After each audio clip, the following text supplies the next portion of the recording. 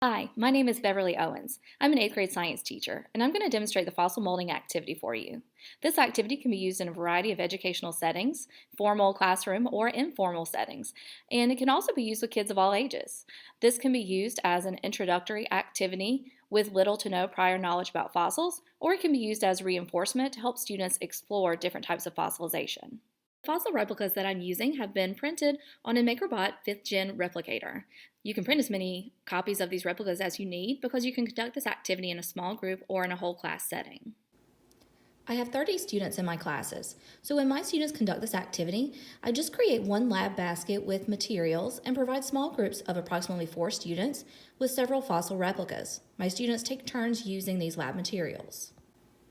My lab baskets contain the materials necessary for completing this lab. Those materials include the instructions, a box of 3D printed fossil replicas, some permanent markers, small sheets of wax paper, and a bag of clay.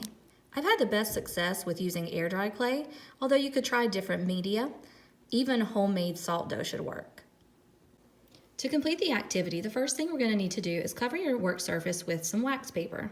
I also have my students write their name on the wax paper with a permanent marker, and that way we'll know whose fossil mold is whose and they can take it home. Next, we'll get some clay and roll it into a ball. A little larger than the size of a golf ball is the best size. After we set the clay on the wax paper, we're going to flatten out the clay. Don't make it pancake thin though, or it might be really brittle and break when the clay dries. It can be glued back together though. Next, we're going to set your fossil replica on top of the clay. You want it face down to get the best mold in the clay. Then you're going to gently press on your fossil replica. Then you can pick up your fossil replica, and now you have a nice mold in the clay. Don't worry if it doesn't turn out well the first time. You can simply roll up the clay and give it another shot.